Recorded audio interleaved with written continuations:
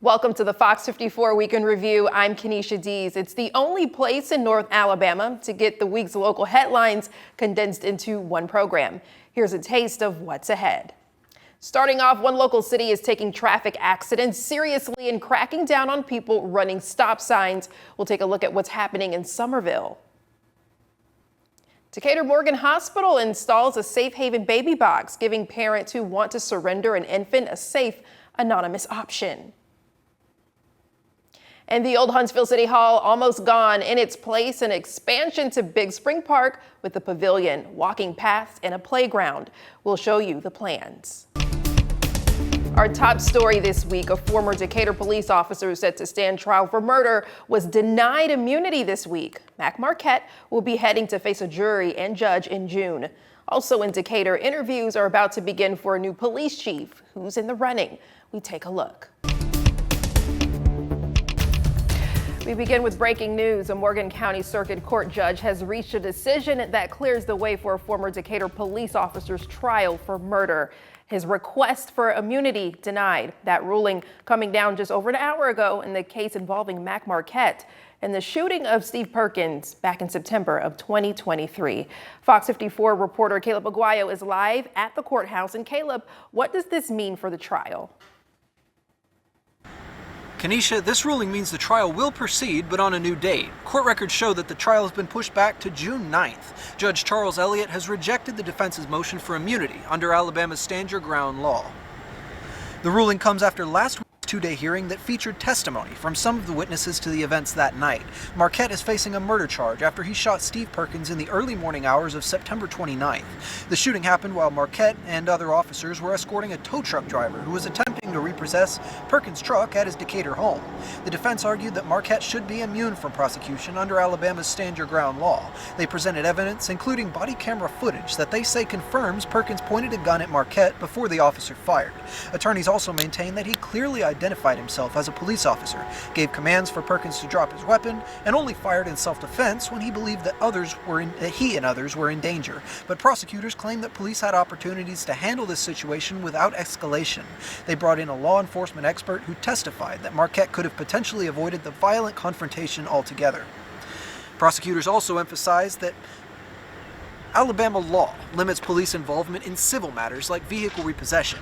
Again, with today's ruling denying immunity, this case is set to go to trial on June 9th. Live in Decatur, I'm Caleb Aguayo, Fox 54 News.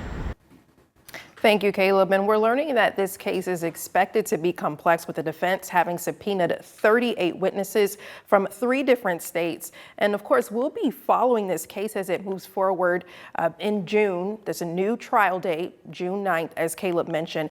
Members of the Decatur City Council will take the weekend for a final review of 6 men who have been recommended for the open position of chief of police. On Monday, the council will decide which of the 6 applicants will sit for an interview. Officials tell Fox 54 it will take a majority vote of the 5 council members for a candidate to advance. And we've learned that at least 3 applicants already have enough support to reach that threshold. Now, Fox 54 has reviewed all 6 applications after filing a public records request earlier this week, and we've put their entire files online for you at fox54.com. As for a timeline, we've learned that the interviews will likely happen on 1 or more days in mid-April. The city aims to fill the post with a permanent chief by late spring. Interim Chief of Police Natus Carlisle Jr. did not apply for the permanent position. Somerville Police Department cracking down on something some of us are guilty of: ignoring stop signs. A citywide initiative was conducted in March, and law enforcement uncovered more than just sign violators. In fact, 22 tickets were written for running a stop sign. 68 written warnings were issued. However, close to 20 arrests were made, including 10 for driving under the influence. Our Kid McCoy has more on how the department hopes to see these numbers trend downward.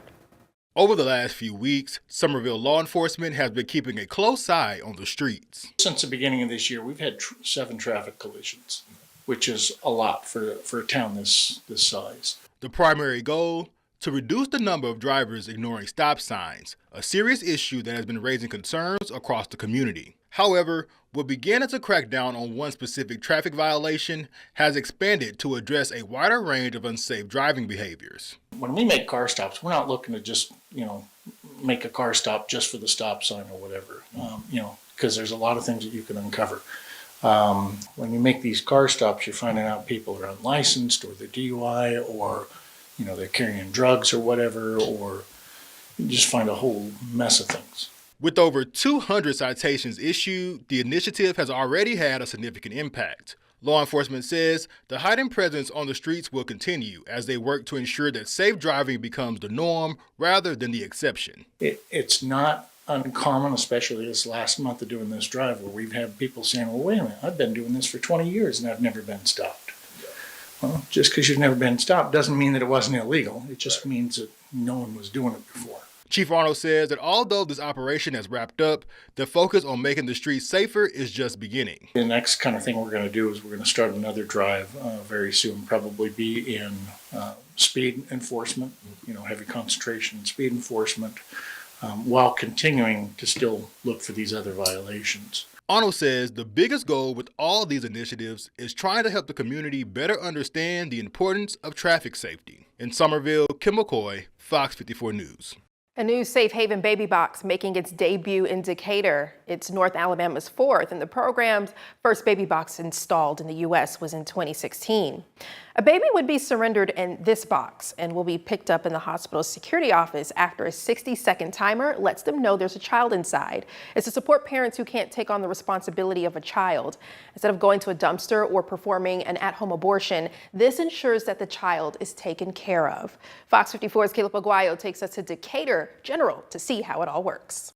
This baby box here at the Decatur Morgan Hospital is the Safe Haven 16th in the state, and it's 331st in the nation. It's completely anonymous with direct access to hospital resources. You come by and you drop a baby off, and 60 seconds later it's being taken to the ER and then to the nursery for immediate medical care. The baby will go obviously to the ER here at the hospital, will be evaluated by a physician. Once it is medically stable, it'll go up to labor and delivery, get more treatment, and then be turned over to the Department of Child Services or Human Services here in the state of Alabama to be placed with a forever family.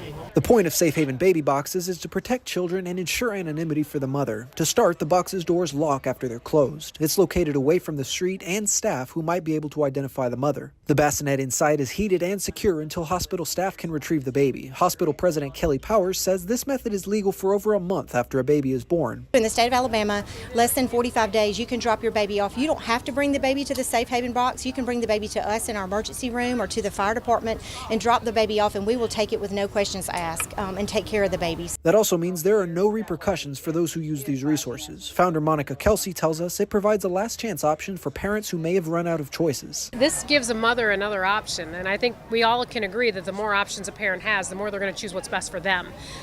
Me saying that this is your only option, that might not be the right option for every woman. And so now we have an anonymous option. We also have the option where they can still walk in and hand their child to a person.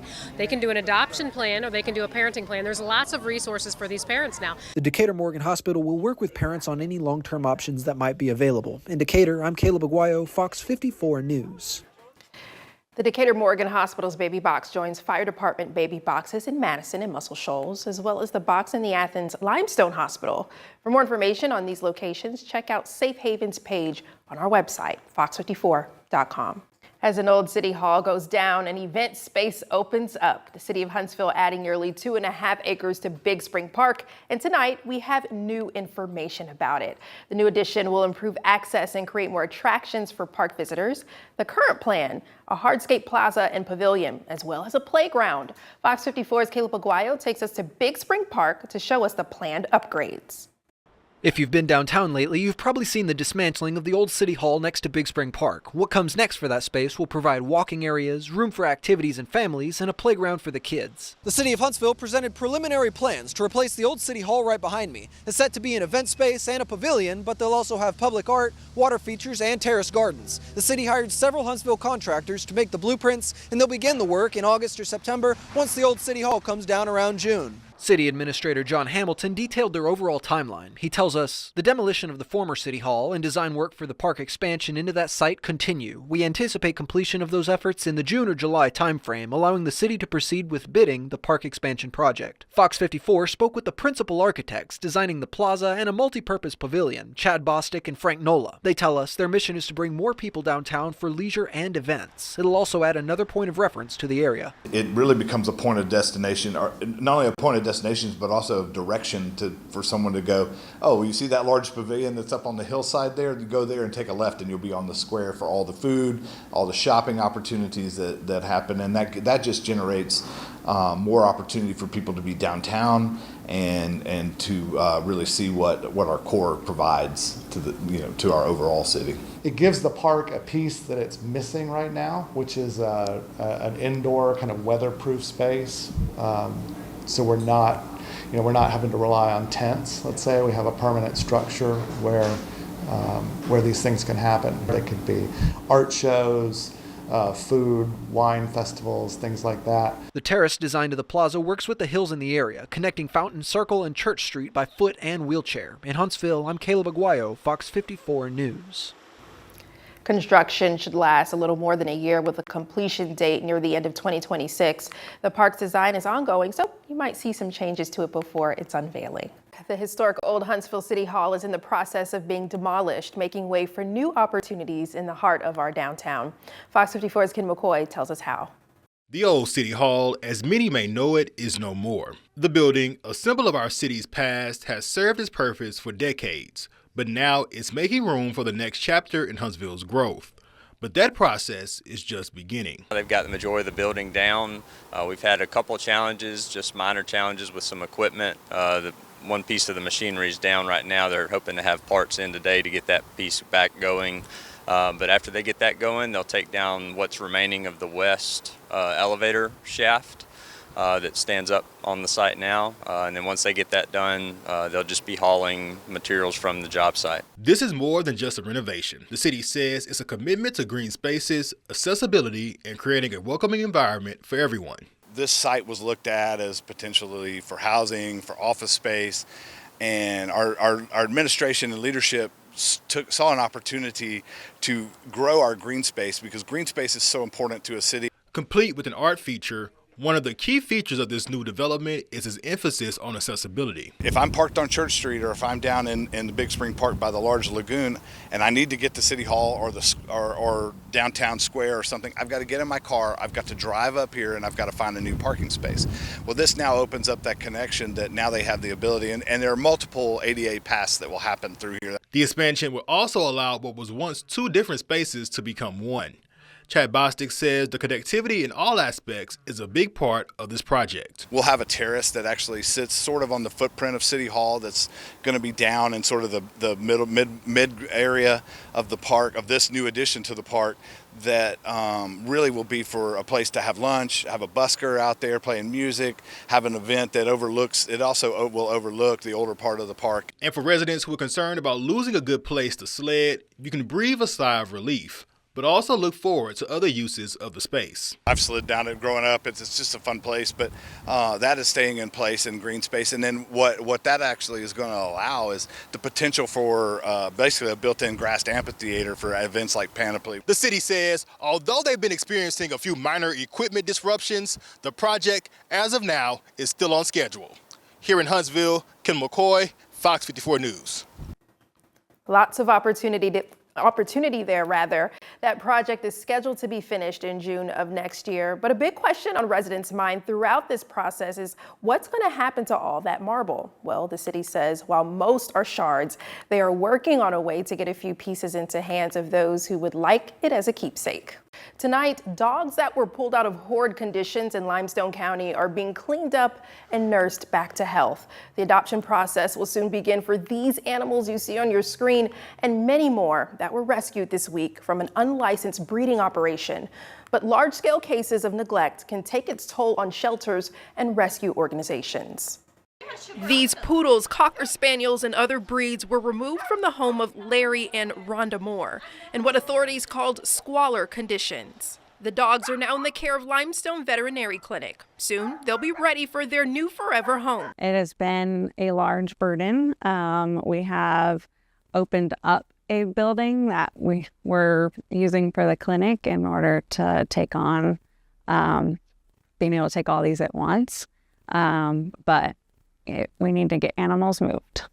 Virgie Graham is Huntsville's Animal Services field supervisor. He knows situations like this can put a strain on a shelter. Coming into any shelter, that's going to create more stress on the animals, stress on the staff, the facility. So, but once again, each member will just come together and try to do the best that we can to make the animals more comfortable. In the case of limestone-based rescue creating hope for paws, a large number of animals coming in means having to prepare for lots of extra medical care. We need to get all of the animals tested and vaccinated because we have to cut down on risk of disease and making our other animals sick that we already have. So it's a big deal. And if you're interested in adopting one of the animals that were rescued in Athens, Hearst advises be prepared for side effects from prior neglect. Whatever trauma they've been through, they're going to exhibit in their personality and in the way that they're around other animals. Like if a family already has an animal, a dog or two or a cat, you see a lot of aggression, perhaps that will come from the animal that has been in the hoarding situation, especially when it comes to food or attention. If you have room in your heart and home for one of these pups, the adoption process will start next week, but you can find the link to the applications right now on fox54.com. The city of Madison ready to play ball. Upgrades to Toyota Field back on the agenda at a city council work session today, and we're hearing from a player that's been on the sideline of the months-long debate until now. Our Gabe Glassman explains how they'll play a key role with whatever the council decides to do about the stadium. Ballcore, the parent company for the Rocket City Trash Panda, says their stadium was supposed to be under compliance for Major League Baseball regulations by opening day 2025. They now say they won't be hitting that deadline, and it's heavily in question if they will be under MLB compliances by the time Trash Panda Baseball is back in 2026. Ideally, demolition would have started, the day after last season. Ballcore managing member Mark Collins says it's frustrating to see how long it's taken to even get a vote on the proposed renovations. In a private world and in a private investment, this building would already be built. But the city council may be that much closer to getting the ball rolling. Council President John Seifert says Wednesday's meeting was to get everyone back on the same page and brief the council on the road ahead. 19 March is when we'll actually see bids back for the demo package, which would enable us to do what we've talked about, options 2 or 3, which are work inside the stadium, should we decide to do a 1-story or a 4-story. That would be the earliest date to move forward with that. 3 options, as we've reported, are on the table. One option requires limited construction to meet new standards set by the league. More expensive plans would add a VIP section. Option 1 is what we feel like could be the cheapest option, and that is the maintenance portion. But Holland believes building the 4-story VIP lounge in left field is the best option for both parties. Whatever the decision, it needs to be made soon. Here we are getting ready to start the 25 season, and we're getting ready to break ground maybe on something kind of halfway through this season. So it's just the pace at which this is moving is incredibly frustrating. Well, congratulations, Trash Pandas, on another season. Count on Fox 54 Sports to bring you more March Madness coverage over the weekend as the Auburn Tigers reach Final Four and continue their push for glory. And there's so much more in store for you on Fox 54 Plus, including press conferences, locker room interviews, and other exclusive content. Be sure to download to your TV and watch for free. For everyone at Fox 54 News, I'm Kenesha Dees. Have a good and safe weekend.